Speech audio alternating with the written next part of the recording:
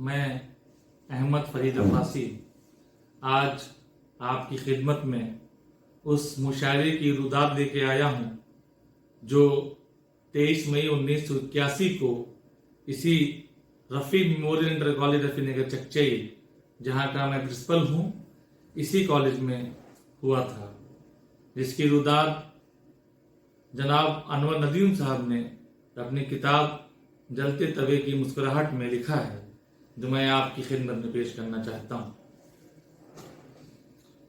ایک جشن آرزو ہے مگر سادگی کے ساتھ، 22 مئی 81 کی صبح گھڑی میں 7:05، انور ندیم کی وحشت زدہ بھاگ دوڑ، چھوٹی لائن کے ریلوے اسٹیشن کے باہر والی آسی ملک زادہ کے انتظار میں، اندر کی ٹی اسٹال پر تسنیم فاروقی، والی آسی، معراج فیض آبادی اور انور ندیم کی چائے نوشی۔ ٹرین میں 9 نشستوں اور 3 برتھوں پر پورا اجارہ، سگریٹوں کی کثرت، انگوٹھی کے گھونگھٹ میں چھپی کچھ بیڑیوں کی چنگاریاں، زندہ دلی اور خوش مذاقی کے مظاہرے، اختر عمر سب کو پیارے، تشنا عالمی دور کونے میں، آفتاب لکھنوی کا بھاری بدن کنارے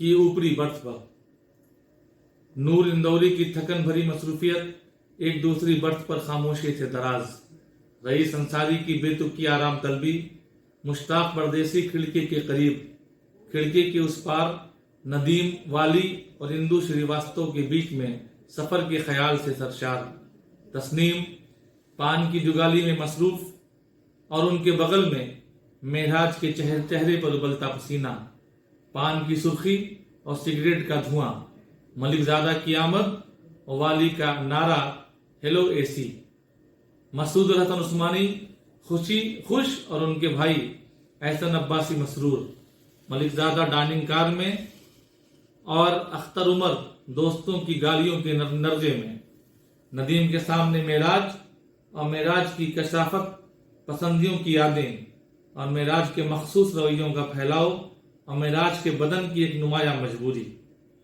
ندیم کی شرارت، کیا معراج بھائی کا آپریشن نہیں ہو سکتا؟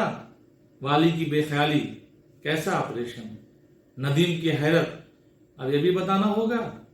تسنیم کی ٹانگ، بھائی شادہ بارہ کے ساتھ تو معجزہ ہو گیا، انہیں کسی نے ایک ایسی دوا دی جس کے استعمال سے انہیں کثرت کے ساتھ کئی روز تک پیشاب ہوتا رہا، اور جب پیشاب کی شدت تمام ہوئی تو وہ حیرت میں پڑ گئے، شادہ موجود اور ان کا ہائیڈروسل غائب۔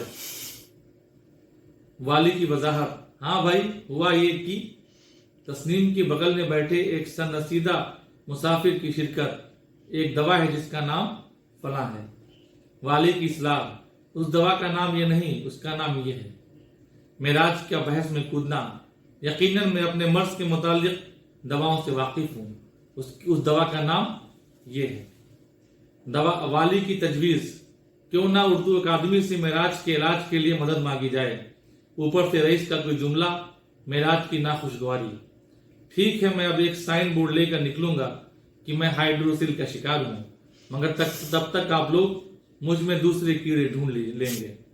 تمام آوازوں کا ہلکے دھوئیں کی طرح اڑنا، ندیم اور اندو کی مسکراہٹوں کے مقابلے والی کا ہلکا ہلکا ترنم، مشتاق کھڑکی کے اس پار کہیں بہت دور، معراج کے چہرے پر پسینہ اور آنکھوں میں شکایت، بارہ میں چائے کی کلڑ کو قبول کرنے کے بجائے معراج کا ڈبے سے کھسک جانا، کچھ دیر میں معراج کے اوجھل ہونے سے متعلق پیدا ہونے والے سوالوں کا ہجوم، ڈبے میں ملک زادہ کی پہلی آمد، اختر عمر کو چھیڑنے ستانے کے سلسلے کا اور دراز ہونا، 3 خوبصورت لڑکیوں اور عورتوں کی ہمسفر ایک بھاری بدن کے نوجوان سے ملک زادہ کی بڑھتی ہوئی بے تکلفی، حاصل سفر معراج کا فرار ہونا اور تسنیم کا یہ کتھن کہ ٹرین نور اندوری کا وطن ہے، گونڈا میں چائے کا اہتمام، بستی میں شاکاہاری بھوجن کا انتظام، یہیں جھلکے شری اشٹ بھجا پرشاد شریواستو، بستی کے ممتاز وکیل اور سیاسی کارکن،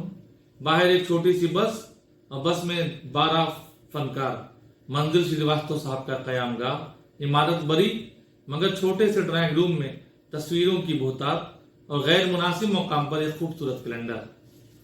آرام کرنے کے لیے اوپر منزل کی طرف پیش قدمی کا اشارہ۔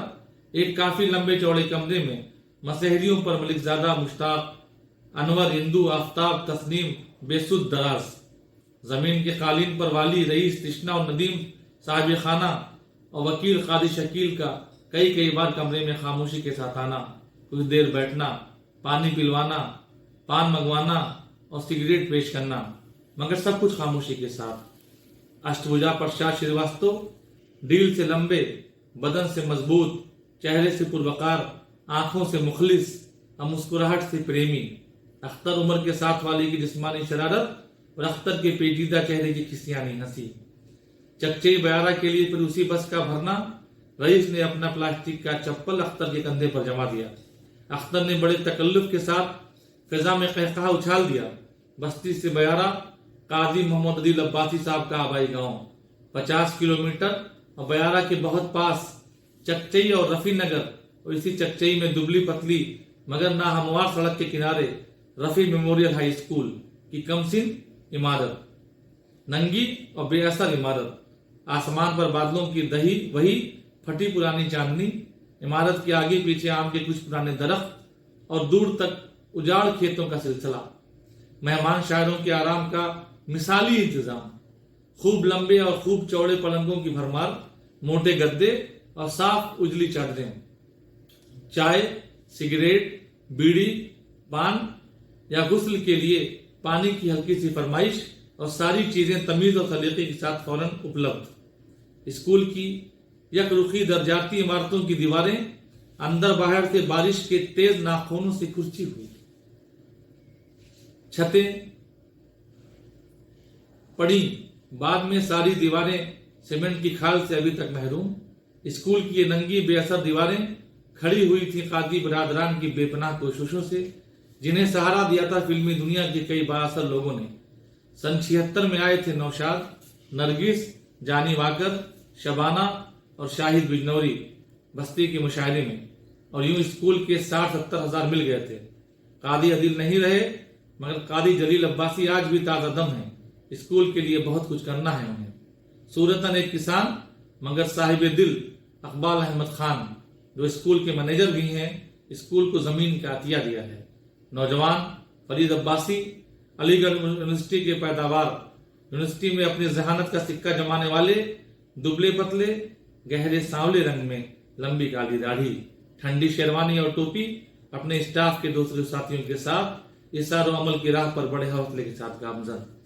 اسکول کے سامنے ایک چبوترا اور چبوترے پر بچھی ہوئی دریاں، اور چبوترے کے کنارے اور سامنے گڑتے ہوئے کھمبے اور دور تک پھیلتی ہوئی دریاں اور بانسوں پر ٹنگتے ہوئے روشنی کے ہنڈے، مگر سارا کام اس طرح کہ نہ شور، نہ شکایت، نہ ڈانٹ، نہ پھٹکار، نہ بدگمانیاں۔ مہمانوں کے پہنچنے سے پہلے قاضی جلیل عباسی کا مخصوص لہجہ ان کی بہت ہی دبی ہوئی آواز سے چیخ بن کر ابھرا اور انتظامی ڈھانچے میں بھونچال کر گیا۔ آندھیاں برابر آ رہی تھی، مگر آج وہ شاید خواتین کے لیے مخصوص گوشے میں سمٹ گئیں۔ وہ ہوا، بادل، چاند اور ٹھنڈک۔ قاضی صاحب کی دوسری بار تشریف آوری اور اسکولی عمارت کے پیچھے غذائی انتظام کی دیکھ بھال، جیپ کی فرنٹ لائٹ نے بھروسے اور خوشی کے دیپ روشن کر دیے۔ بیکل استائی آ گئے تو لوکش کی آمد پہلے ہی گنگا جمنی مشاعرے کی کامیابی کے خیال کو گہرا کر چکی تھی۔ جو نہائے وہ خوش ہوئے، اور جو نہیں نہائے وہ نہانا چاہتے ہیں۔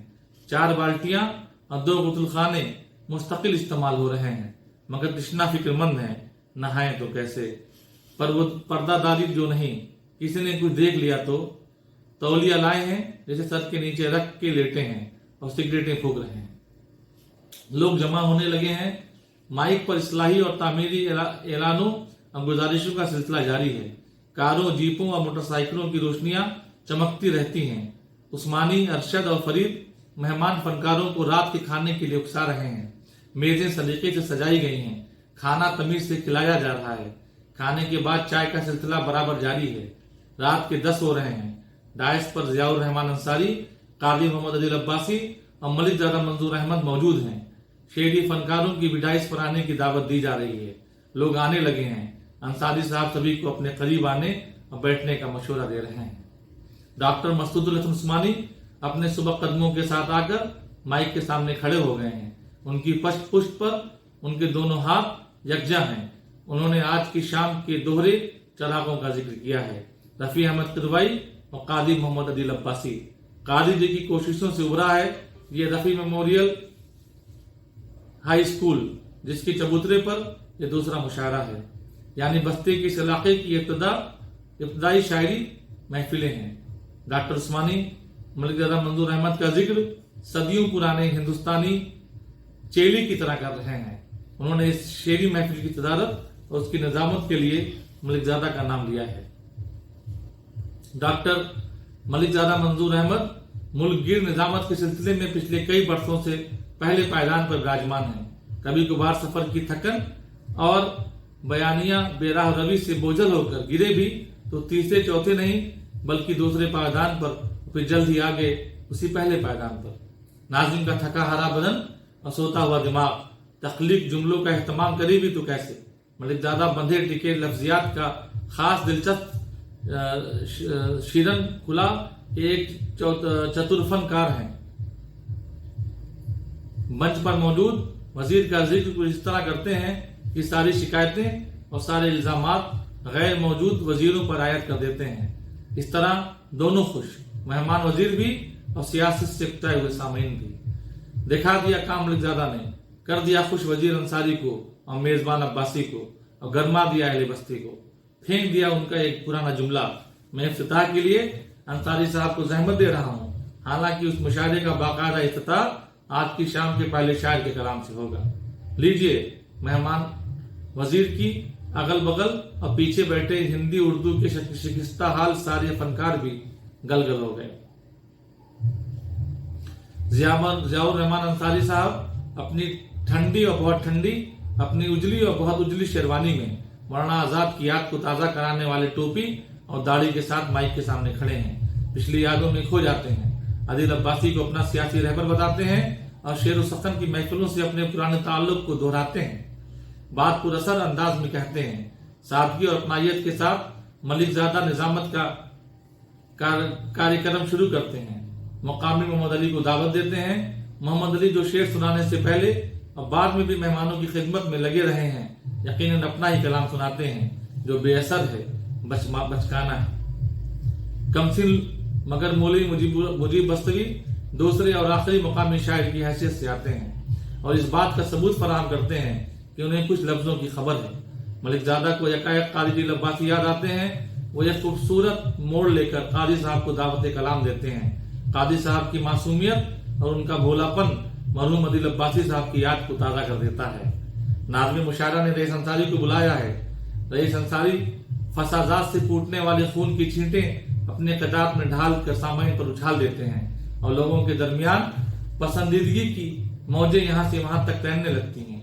रईस ने अपनी आवाज और लहजे को मर्दाना तेवर और गहराई से रोशन किया है, मगर खुद को चीख से बचाया है। एक अच्छे आदमी की सच्ची भावनाओं को लेकर आए हैं। इंदु श्रीवास्तव इंसान के अखलाकी पतन और जख्मी इंसानियत को छूती हुई उनकी मधुर कल्पना और उनका सरल भाषा है। तो नूर इंदौरी फिक्रोफन और तरन्नुम के मामले में खुमार और अनवर मिर्जापुरी के दरमियान की कोई सूरत जो आज के मुशायरे का एक अटूट अंग है, शराब की सुस्ती, घटिया तलखी, इंदु और शबाब की थोड़ी सी मैली मैली सुर्खी, गालों पर बहके और बहकाने के काम को बढ़ावा देने वाली नाबालिग मगर दिलचस्प गजलें। धरती पर इंसान औरत मर्द की तफरीक के साथ सदियों से जी रहा है। ऐसे चेहरे कभी कभार ही दिखाई देते हैं तो जिन्स की इस फर्क और उसकी पहचान को मकलूब कर चुके हों। यूं तो भूखे नंगे बंगाल में 60-70 बरस के ऊपर वाले चेहरे इस फर्क को आसानी से मिटा देते हैं। बहरहाल हम लोगों के दरमियान अख्तर उमर का दम गनीमत है। उनके ताल्लुक में मलिकजादा ने तकल्लुफ, बनावट और चरारत से काम लिया है। अख्तर ने गजल के चंद अच्छे इशार सलीके से पेश किए हैं। लौकुश की सादगी उनकी रचनाओं में जादू जगाती है। वो आम आदमियों के ख्वाबों और उसकी हसरतों से सजाते हुए अपनी रचनाओं को और सुनाते हैं। लोक गीतों के अंदाज में एक सच्चे अवामी शायर की तरह। कृष्णा आलमी चेहरे से महाराष्ट्रीय लगते हैं। हिंदी इलाके की यूनिवर्सिटीज में हर साल उभरने वाले या डूबने वाले नेता लगते हैं, डाकू लगते हैं। सनकी नजर आते हैं मगर किसी भी रुख से मुसलमान नहीं लगते। जन्म लिया है मौलियों के घराने में, जिंदगी से सिर्फ कड़वाहट मिली है, जहन को सुकून मिला है, इश्तराकियत है। शेर कहते हैं कड़वे मगर सुनाते हैं कड़वाहट के बगैर। अपनी दबी हुई भारी आवाज में पहली बार सुना के लौटे तो ना जाने क्या समझ के फिर लौट पड़े और दाग दिए फिर कुछ कड़वे इशार। अनवर नदीम अपनी उस गजल के साथ जिसमें काम के सिर्फ 2 शेर हैं, वही शेर जिनके लिए बाकी 5 इशारा और कहना पड़े। आफ्ताब लखनवी अपनी पुरानी दुकान के साथ मगर कलाम सुनाने में भी बदन की वही पुरानी वर्जिश है। तस्नीम फारूकी की एक बहुत अच्छी गजल, तेज ताजा रोशन गहरी तरन्नुम की बागडोर उन्हीं के हाथ में। ये नहीं कि तरन्नुम आगे और तस्नीम साहब अपनी मुट्ठियां बेचे हुए बहुत पीछे। मुश्ताक परदेसी संजीदा और गंभीर तंज के तेज नश्तरों के साथ वाली यासीन ने उर्दू जबान के बहुत ही बुरे दिनों में गजल की जबान में अपनी बात कहने की कोशिश की है। इसकी कोशिश में वो कामयाब रहे हैं। उनकी जबान बहुत आसान है। वाकयात और रिश्तों, मोड़ों और मजबूरियों की सारी कड़ियां, सारी कहानियां बिल्कुल सामने की हैं। खादी जिंदगी के असरात इनफरादी हैं मगर ऐसी कि दूसरे उनमें दिलचस्पी महसूस करेंगे। राहत इंदौरी जैसे हजरात शायरगाह में सबके सामने फसादों से बरामद होने वाली लाशों का पोस्टमार्टम करते हैं और रईस अंसारी जैसे लोग उस पोस्टमार्टम की सहाफती रिपोर्ट तैयार करते हैं। और ये लोग कभी और किसी भी जगह मुशायरे की राह से फसाद करवा सकते हैं। सूबाई और मरकजी इंतजामिया चाहे जो चौकन्ना हो, चाहे तो चौकन्ना हो ले, हमने तो कह दी।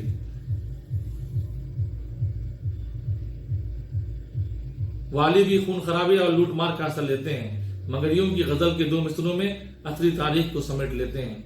मगर ना जाने क्यों वो शेर सुनाने के मामले में नाजिर खयामी और राहत इंदौरी के बीच में रहना चाहते हैं। उन्हें जिस्म की बेजा जुम्बिशों से परहेज करना चाहिए। यकीनन उनके आते ही चाहते हैं, वाली से नाउमीद होते हैं। अच्छा हो कि वाली आसिट और ठहराव की तरफ मायल हो। मलिक ज़ादा का कलाम नाज़िम मुशायरा की उस मजबूरी की तरफ इशारा करता है जो उसे भी कुछ सुनाना है। बेकल उस्ताही के साथ आई एक बिल्कुल ताज़ा नज्म, ख्याल से अच्छी शब्दों से पुहड़, दूसरे दौर में आए नूर, आफ्ताब और बेकल। मुशायरा तमाम तो हुआ 2:30 और 3 के बीच में। सवेरे आप लोगों को मिलेगा चाय और टोस्ट और मक्खन और अंडा, अब जाके आराम फरमाएं। कादी जिल अब्बासी साहब ये कहकर मेहमान मुशायरों को सुला गए। डाइस पर 4-5 खद्दरधारी नौजवानों के साथ इब्ने हसन की आमद, जिससे अपने बहुत करीब बंदों के मौजूद होने का खतरनाक एहसास। इब्ने हसन जिन्होंने जिंदगी का हर काम गला फाड़ के किया है, तकरीरें की तो गला फाड़ के, शरीर और फसादी लड़कों को बहकाया तो गला फाड़ के, क्लासों और दूसरे तकरीबात में सवाल किए तो गला फाड़ के, आज भी डाइस पर वजीर अंसारी के पीछे बैठकर कुछ शायरों को बढ़ावा दिया तो गला फाड़ के, कुछ अशार को उछाला तो गला फाड़ के, लखनऊ के पुराने साथियों से गले मिले तो गला फाड़ के, नदीम शेर पढ़ के माइक से हटे तो उनसे भी अपनी ये बात गला फाड़ के कही, भाई बहुत खूब अच्छे शेर निकाले आपने। वाली ने पूछा आप इन्हें जानते हैं, मगर जवाब में गला फटने से बचा रहा, शायद नहीं। नदीम ने अपने चेहरे को इब्ने हसन के बहुत करीब करते हुए कहा, मैं ऐसी बातें सुनकर गाल पर काट लिया करता हूँ। अरे मियाँ, मैं चेहरे से बदला हूँ मगर वही हूँ, अनवर कमाल खां अफरीदी। और इब्ने हसन का अरे अरे फट के फैल गया। इब्ने हसन बेकल के करीब मलिक ज़ादा के पलंग पर वाली और नदीम के बिल्कुल पास जिक्र गुजरे बीते लम्हों का, खाका ओझल मगरूर चेहरों का, तमाशा फीके नीरस लतीफों का, सिलसिला छेड़छाड़ का और टोंग टांग नमकीन मीठे चावलों की लजीज खुरचनों की। यह बात किसी वजाहत के बगैर ही समझ में आ गई कि जाना लखनऊ नहीं है बल्कि एक रात रुकना है उतरौला में। उतरौला जो इब्ने हसन का वतन है, जहाँ उनकी वकालत है, जहाँ उनकी धाक है, जहाँ उनकी नेतागिरी है।